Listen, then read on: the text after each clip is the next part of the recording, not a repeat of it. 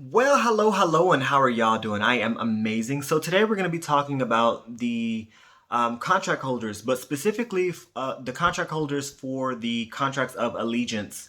Now, the first thing we need to understand is that it's broken into two main parts. Those that worship one particular pantheon and those that worship a multitude of pantheons, as well as different deities and demons and other shit like that.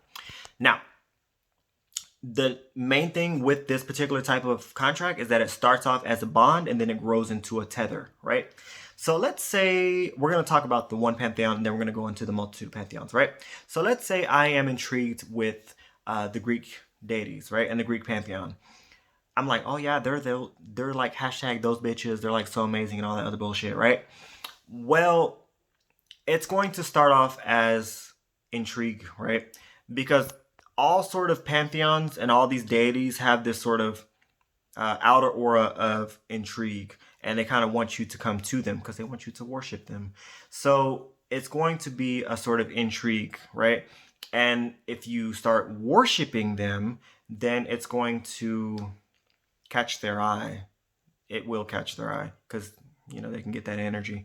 And once you start worshiping them, they will tell you how to worship them. They will tell you. So they'll tell you how to have their altar and how to have the fruits and how to do all the sacrifices and shit like that. Because they want you to strengthen that bond, right? Now, if you are only worshiping one particular entity, then, and let's say I'm worshiping Hera, right? And Hera is in the Greek pantheon. Hera herself will come to me and tell me how to do this whole thing. But if I'm worshiping the entire Greek pantheon, it's going to come to a point in my worship where they're going to be like, hey, you need to pick one individual to which you pledge your allegiance, right? Hence, contract of allegiance. Now, if I am like, hey, I don't know who I want to, they're going to be like, yeah, you can't move forward then. You need to pick someone, bitch. This is seen in a lot of magical type of religions.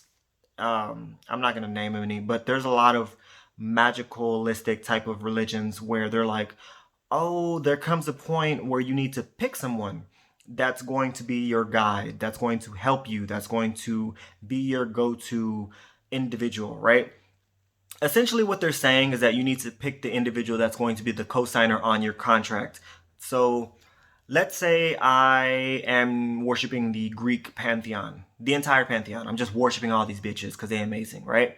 So there comes a point in the whole worship time preliminary where they're all going to be like, hey, motherfucker, who do you want, right?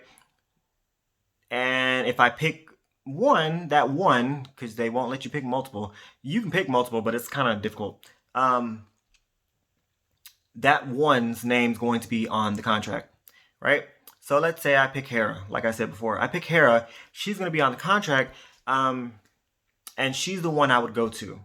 I'm bound to the entire pantheon, though, and she's the one my allegiance is to, right? If that makes any sense.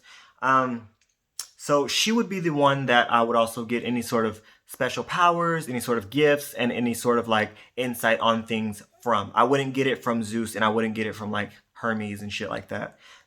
I would talk to them regarding other issues, but any sort of like particular insight would be from Hera because she's the one that my actual demonic contract of allegiance is with, right? Now, when it comes to who holds my contract, it would be with what they call a pantheon appointee, right? So the pantheon appointee is a individual within a particular pantheon that is seen as like the one that holds all the archives. This is the god of knowledge and information. Typically, I've noticed that this is the individual that has like all these scrolls and books, and they typically have like some sort of library, right?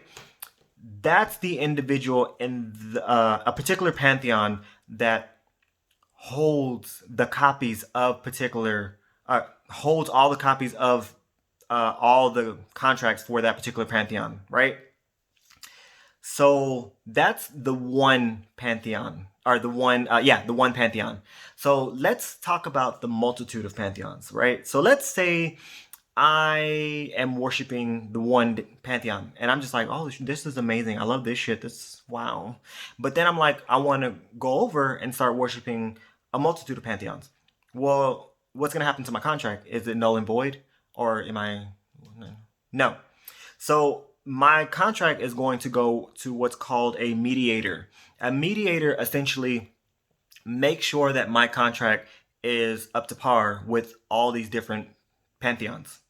Now, I still have to pledge to one individual, but I would be stretched amongst a multitude of individuals, right?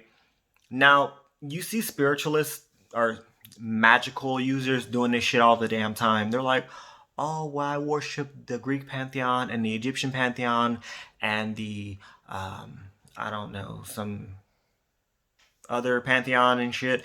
It's like, they say it's good for like magic and shit like that, but I've noticed very specifically that you can be pulled very thinly when it comes to your energy because you are bound to all these different pantheons and they will siphon your energy if want to, and they want to.